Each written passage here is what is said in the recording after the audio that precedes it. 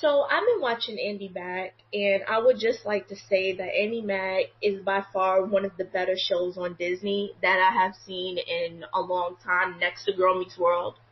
I feel like it's going to surpass Girl Meets World because Girl Meets World wasn't able to like it gave you those life lessons, but it didn't really like go there. Like it wasn't able to go there. Um, and it ended way too soon. But Annie Mac, I really enjoy it. A lot of people didn't like the grandmother, which I didn't understand at all, simply because she was someone you can very well sympathize with. Um, I could understand her frustrations with Beck simply because it was just like she raised Annie for how many years? Like 13 years, all her life. And then all of a sudden, Beth comes in and she's like, "Hey, Andy, I'm your mother." And hold on, that doesn't that really didn't fly with me. Because it was just like, first of all, Bex, you gave up your daughter and you made like you let your grandmother raise your daughter, and you was out there. You have your memory box. You have all these memories of you going to all these places. You have an excited life, while you gave up all the responsibilities of being a mother, and you let your grandmother raise her. Now all of a sudden you come to visit, and it's not even like, "Hey, I'm coming to visit." It's "Hey, I'm living back home again." What? How you invite yourself back home into your grandmother's house? Like, even though she's your grandmother, you are a grown woman. Why don't you like? You need to be very responsible. And that bothered me. But later on, I saw like Beck started to get her stuff together. She started to be very responsible, and the fact that she told Annie that she was her mother, completely breaking down this girl's psyche, even though she is her mother and she wanted to tell Andy. I understood that. But when she was like, "Oh, it just blurted out," I was like, "No, it didn't. It didn't just blurt it out. You paused and then you said what you needed to say because you couldn't backtrack it because you already started it." So that's, yeah, you lied. But yeah, she made the choice to tell Andy. It wasn't like it just came out. And no, you made that choice to tell Andy that she was her mother. Um, this disregarding, even though I felt like Andy had a right to know. First of all, Andy should have knew from the jump what was going on. If I was Andy, I don't know. I just, the fact that you was my sister all this time and now you my mother, and then you been living your life. Like me personally, I would have been like, "Okay, you my mom, but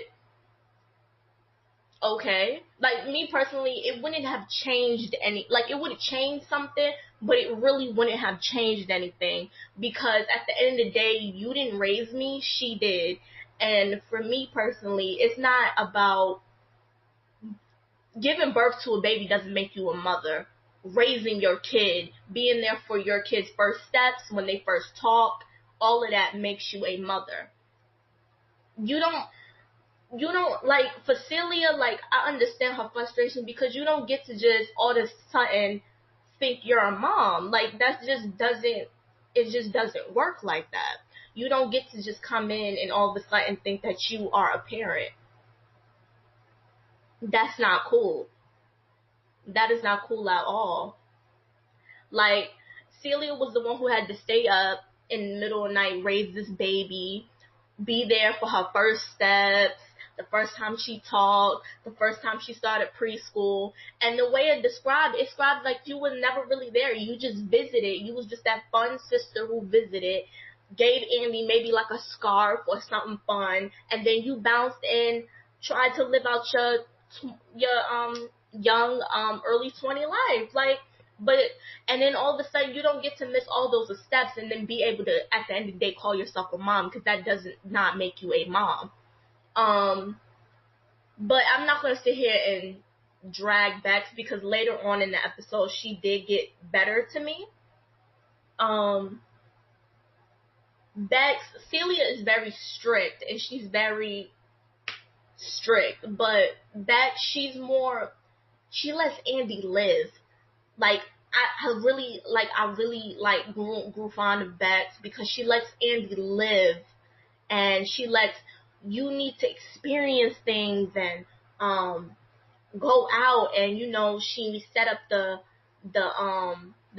a meeting with Jonah Beck, her crush, and she let Andi have these exciting moments, like have a party, let her be a kid, let her have fun, because Celia, she's very strict, and I can understand why she's strict, because she probably feels like she messed up on Bex, because Bex got pregnant at a very young age, and Bex was never, I guess you end up finding out she was good in school. She was a good child.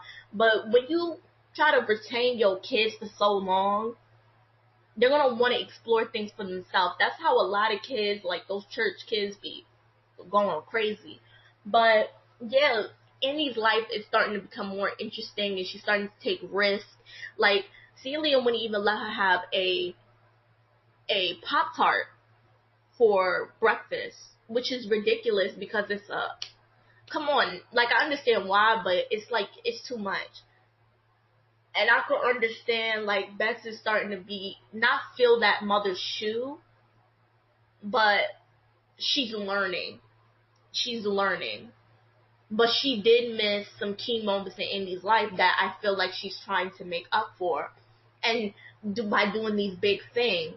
Because I don't know what made her want to do this, because out of all the times you could have told Andi, like, why tell her now? Like, why tell her now? She could have made up some excuse and she could have been on her way again, but why tell Andi now? Is she, like, tired of living that party life and wanted to settle down and finally, maybe I should go be with my daughter? Like, I don't understand that.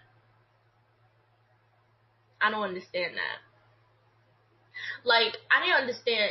Like, I know a lot of mothers do this, but the whole thing with Andy's father, and later on in the episodes you end up seeing Andy's father. I think that was like episode 7. Yeah, like, I like him, but he's trying too hard. He's trying way too hard. I know he's trying to be a good father to make up for the time that he lost and everything, and the only person we could blame here is Bex, simply because not telling him he had a daughter. Like, for real, like, you didn't tell him. I know a lot of mothers don't do that. They just get pregnant and then they get scared and then they never tell the person that they have a baby. But come on now, if you was pregnant, like, that's not something I wouldn't do it. I understand why people do it, but I personally wouldn't do it. Like, I would tell you, like, look, I have a baby. You either in or you out, because if you out, you can't come back. That's it. But yeah, like, he's trying way too hard, and in the previews you end up seeing, like, Andy's getting sick of him. Like, she's in her room, he's in her treehouse. It's just like, yo, you're doing too much. You're doing too much. Like, I understand you trying, but to be dude, I just want to have. She has more like a friendship with Bex, and I guess she wants to have like a good relationship with her father. But let's be real, her grandfather's her father. He's not her father. And what if, like, I could, Disney is trying to be hip or whatever and trying to make their own slang, kind of like how Nickelodeon makes their slang. But Disney, come on, y'all doing these really old school retro slangs, and I'm just like, what the hell is this dude talking about? Jonah does that, the father does that. I don't understand these slangs. Like, come on now, it's really cheesy. It's weird. It's like they all sound like old people trying to be hip and young again. Like, those slangs are not gonna catch on. Maybe like, what's up, dude? Like, maybe that could catch on, but all that other stuff, that is way too much. That is way too much. Like, that slang is so damn cheesy. Oh my god.